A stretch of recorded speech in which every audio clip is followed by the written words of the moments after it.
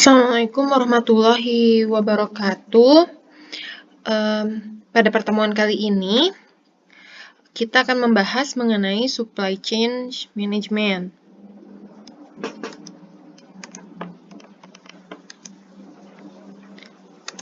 Baik, sebenarnya apa sih itu supply chain? Nah, kalau misalkan kita lihat di translate langsung, supply artinya itu pasokan, chain itu adalah rantai. Nah, sebenarnya berarti kan kalau digabung adalah rantai pasok. Nah, rantai pasok apa? Adalah rantai pasokan barang. Nah, sebenarnya seperti apa sih rantai pasok sebuah barang dari hulu sampai ke hilir? Baik, yang pertama ini dimulai dari supplier. Supplier ini mereka memasok raw material atau bahan mentah ke pabrik untuk diolah menjadi menjadi barang atau item yang nantinya akan kita gunakan.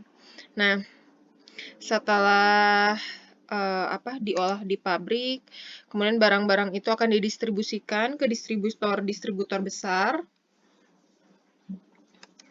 Selanjutnya baru dari distributor ini ke tingkat pengecer atau grosir ya, ke toko-toko. Barulah kita rantai pasok yang terakhir yaitu pelanggan atau konsumen yang menggunakan barang ataupun barang-barang tersebut ya. Jadi di tingkat hulu ini sebenarnya ada supplier. Nah, suppliernya ini apakah terdiri dari satu supplier? Tentu saja tidak, tergantung tergantung kepada pabriknya. Jadi pabriknya ini membutuhkan material-material apa saja sih untuk membuat produk tersebut. Bisa jadi suppliernya ini dia punya banyak.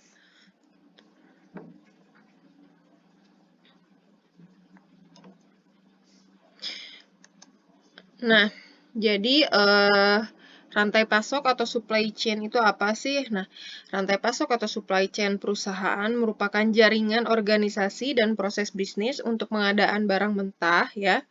Kemudian mengubah barang mentah tersebut menjadi barang setengah jadi dan mendistribusikan barang tersebut kepada pelanggan ya tadi untuk pengadaan barang mentah tadi dari supplier ke pabrik ya, pengadaan dulu barang mentah, kemudian mengubah bahan mentah tersebut menjadi barang setengah jadi ataupun barang jadi di mana? Di pabrik ya. Kemudian mendistribusikannya kepada para pelanggan ya. Ini meliputi distributor, pengecer, baru ke pelanggan ya. Nah, kemudian apa sih itu supply chain management ya? Nah, kalau ditranslate kan menjadi sistem perencanaan rantai pasok. Nah, si sistem perencanaan rantai pasok atau supply chain management system ini memungkinkan perusahaan untuk membuat model mengenai rantai pasokannya yang telah ada, menghasilkan peramalan permintaan produk, dan mengembangkan pengadaan optimal dan rencana manufakturnya seperti apa. Jadi, diharapkan dengan penerapan supply chain management nantinya perusahaan ini dapat meramalkan permintaan produk mereka gitu. Apakah demand-nya misalkan demand bulan depan ini tinggi atau rendah gitu. Jadi permintaan dari pasarnya ini seperti apa nih gitu di waktu yang akan datang sehingga berapa banyak sih produk yang harus kita produksi. Ya. Nah, sebenarnya siapa sih pengguna supply chain management? Apakah harus menggunakan supply chain management? Nah, mungkin pada perusahaan kecil, dia pemasoknya ini atau suppliernya ini sedikit gitu. Kemudian koordinasi pesanan, pengiriman dari pemasok juga biasanya pakai telepon, atau pakai mesin fax, ataupun email ya. sesederhana itu. Nah, kemudian bagaimana dengan perusahaan yang skalanya besar ya? Nah, mereka kan ini memproduksi produk ataupun jasa yang lebih kompleks serta memiliki ratusan pemasok. Nah, tadi bisa jadi nah, pada proses ini pada proses ini pabriknya ini dia mengolah barang setengah jadi. Misal suppliernya supplier benang, kemudian di sini di pabriknya dia memproduksi kain, baru nanti di pabrik berikutnya dia dia membuat pakaian gitu. Nah, kan ini prosesnya berbeda-beda ya, tergantung perusahaannya, tergantung produknya juga ya. Jadi tadi mungkin si pemasok ini mereka punya pemasok lagi gitu. Jadi ya tadi berupa rantai. Nah, kemudian bagaimana cara mengkoordinasikan ratusan bahkan ribuan aktivitas dari perusahaan lain agar dapat memproduksi produk dan jasa ya. Nah, tadi masa iya sih ada ratusan atau ribuan aktivitas. Sekarang mungkin skalanya perusahaan-perusahaan ini adalah perusahaan-perusahaan besar seperti Unilever, kemudian Nike, Adidas yang sifatnya global sedunia gitu ya. Jangankan yang sedunia, mungkin perusahaan-perusahaan yang masih lingkupnya nasional pun mereka pasti pakai supply chain management. Nah, apalagi mereka yang kelas-kelas perusahaannya sudah internasional.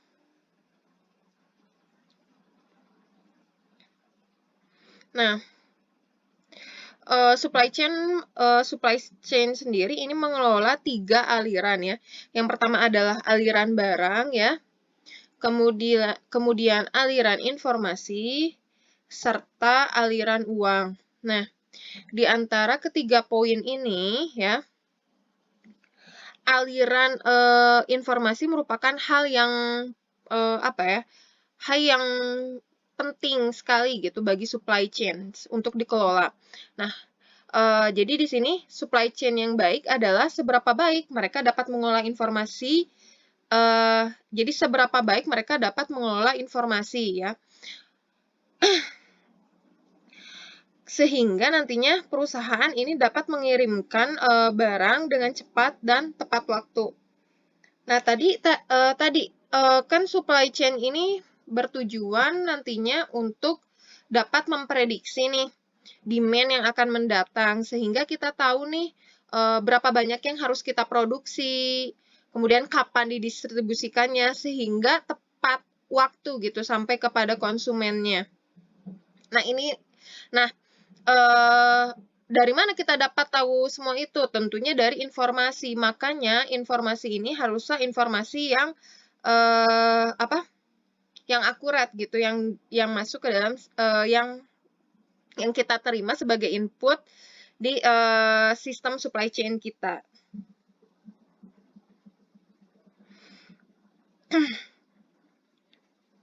Nah, menurut Gartner ya, yang dikeluarkan pada tahun 2019 terdapat sebenarnya 25 perusahaan ya yang dirilis oleh Gartner ya yang merupakan top supply chain player pada tahun 2019. Ya, di sini saya merangkum ada 3. Yang pertama adalah Colgate ya. Mungkin di sini ada produk-produknya itu kayak pasta gigi, sikat gigi, sabun dan yang lain-lainnya. Kemudian yang kedua ini ada Inditex.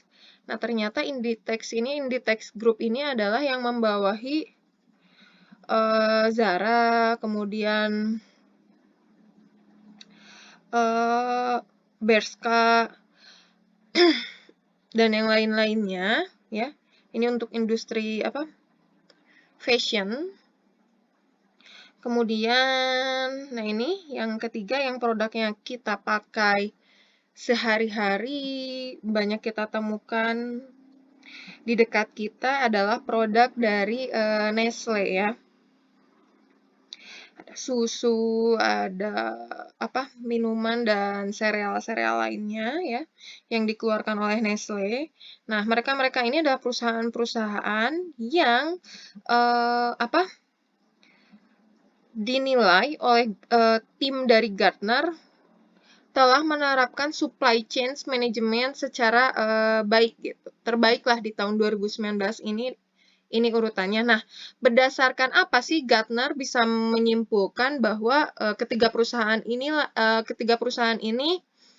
menerapkan supply chain management mereka dengan baik.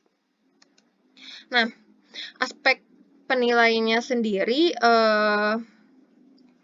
terbagi atas dua, yaitu kualitatif dan kuantitatif. Nah, yang pertama ini adalah secara kualitatif, ini Gartner dan tim ini melakukan expert judgment ya kepada perusahaan-perusahaan yang mereka anggap telah menerapkan supply chain management ini dengan baik ya. Tentunya expert-expert ini adalah orang-orang terpilih ya dan memiliki kredibilitas. Kemudian mereka menilai memberikan penilaian mereka berdasarkan pandangan mereka ya terhadap penerapan supply chain management di perusahaan-perusahaan tersebut ya. Nah, kemudian yang 50%-nya ini adalah berdasarkan penilaian kuantitatif ya. Nah, penilaian kuantitatif ini ada berapa? Ada 3 poin. Yang pertama adalah turnover ratio dari inventory. Nah, turnover ratio ini mereka mengukur kecepatan perputaran barang. Jadi, mengukur seberapa cepat barang ini mengalir dari dari inventory ke sales. Jadi, berapa banyak sih barang yang mereka punya di gudang dan berapa banyak yang terjual ya. Mungkin barang-barang yang menumpuk-menumpuk di gudang ya, inventory yang tinggi ini, tapi penjualannya ini rendah, maka turnover ratio-nya ini akan menjadi rendah. Nah, sebaliknya, stok mereka mungkin tidak terlalu besar ya, tapi revenue-nya ini ya, pendapatan yang mereka dapatkan ini tinggi gitu, maka turnover ratio-nya ini menjadi tinggi. Jadi maksudnya barang di gudang ini berputar begitu cepat. Jadi setelah masuk mereka bisa dengan cepat terjual seperti itu. Maka turnover ratio-nya ini menjadi tinggi. Nah, yang kedua adalah return on asset. Jadi aset kecil tapi mampu menghasilkan revenue yang besar. Nah, untuk perusahaan-perusahaan besar mereka ini kan punya apa? Punya pabrik, punya forklift mungkin di dalam pabriknya, mesin-mesin yang besar, kemudian bahkan mereka mungkin punya kargo sendiri, kapal-kapal besar, truk-truk. Nah, apakah aset-aset yang besar itu mampu selaras nggak dengan pendapatan yang besar juga? Nah, ini belum tentu.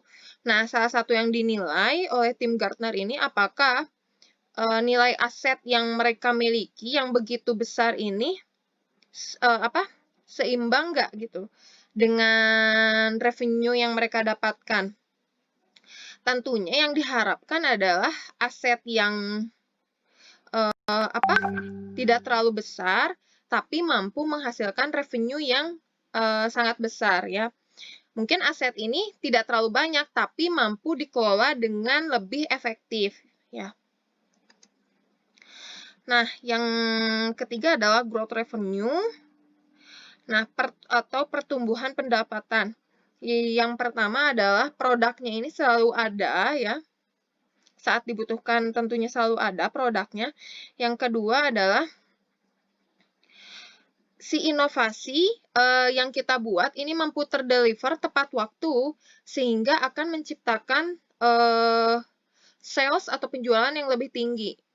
Pada saat demand yang tinggi, mampukah produsen ini perusahaan ya memproduksi lebih banyak? Ataukah misalkan pada saat demand-nya ini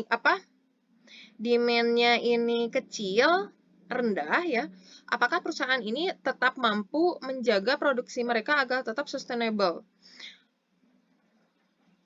Nah, misalkan tiba-tiba nih demand-nya tinggi. Nah, perusahaan ini sebenarnya mampu nggak sih memenuhi kebutuhan pasar? Contohnya kayak mungkin kemarin saat COVID, tiba-tiba permintaan gula ini dari pasar begitu tinggi. Kita sebagai konsumen tentu membutuhkan gula sehingga menciptakan demand yang tinggi. Nah, tapi saat kita mencari-cari ke supermarket ternyata tidak ada gula sama sekali. Kalaupun ada, ini harganya melambung tinggi. Nah, di sini apakah saya nggak tahu ya apakah efek dari COVID atau memang ada hal yang miss dari perusahaan. Jadi ketika tiba-tiba nih terjadi hal-hal seperti ini, perusahaan tidak bisa dengan cepat mendeliver produk mereka ke pasar. Nah, ini ada apa nih? Ini nggak tahu ya kalau kasusnya yang gula kemarin. Nah, tapi sebenarnya jika mereka memiliki supply chain management yang baik, maka harusnya saat ada demand yang tinggi ataupun mereka ini harusnya dengan menggunakan si supply chain ini mereka dapat memprediksi nih, oh bulan depan demand-nya ini diperkirakan akan naik gitu. Maka produksi kita juga harus ditingkatkan. Nah, ini jadi si perusahaan ini sebenarnya harus mampu mengikuti ritme pasar gitu, dan mendeliver barang mereka tepat waktu.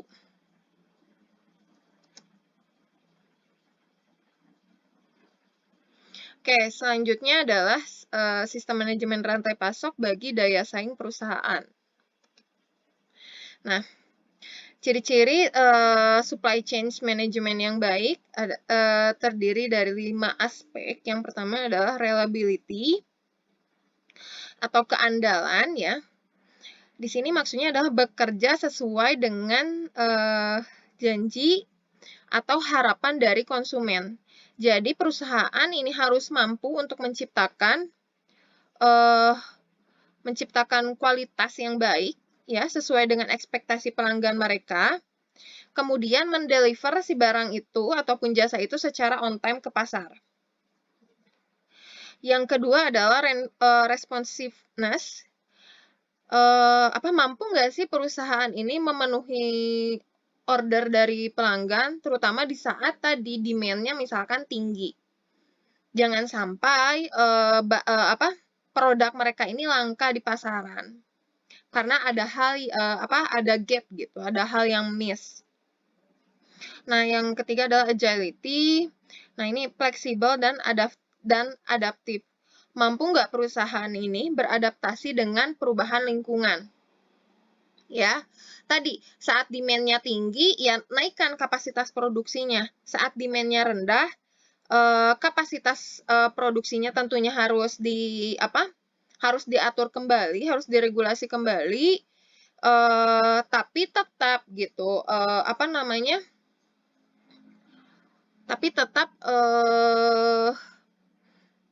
perusahaannya ini berjalan gitu. Jadi jangan sampai karena demand-nya kurang, kemudian mempengaruhi ke proses produksi mereka gitu.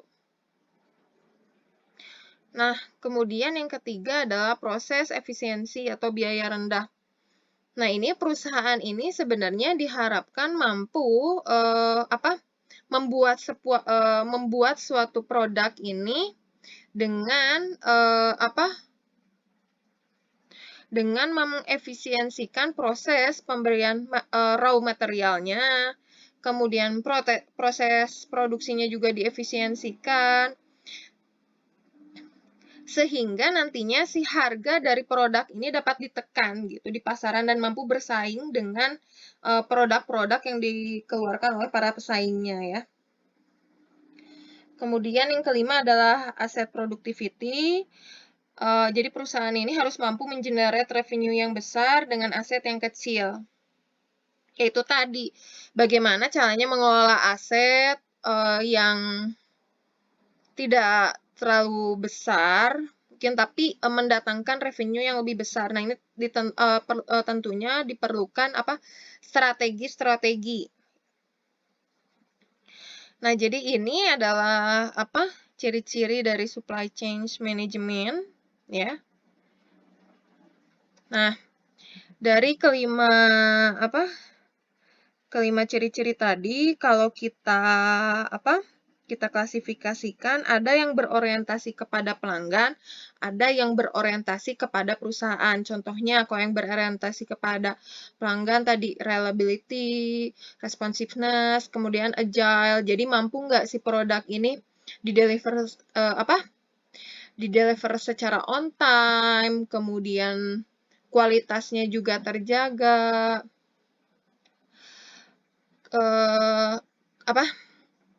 dan jadi si produknya ini dipastikan tetap selalu ada gitu di pasaran. Nah, kemudian yang orientasinya kepada perusahaan, proses efisiensi dan aset productivity. Nah, ini bagaimana sebenarnya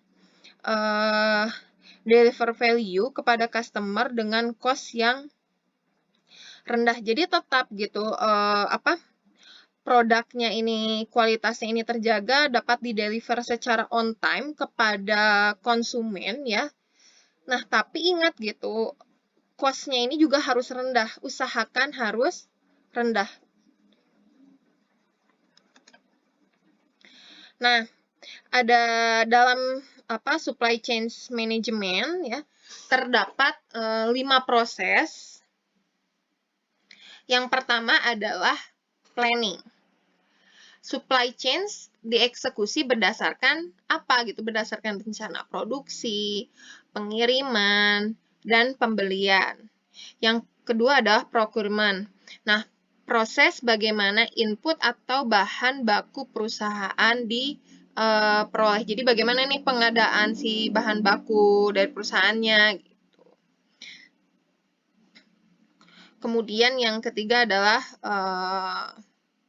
production. Nah, pembuatan produk jadi dari bahan baku atau barang setengah jadi ya. Jadi ini kalau misalkan tadi jadi kan pertamanya kita memplanning ya bagaimana produksi, pengiriman dan pembeliannya, kemudian procurement-nya ini tadi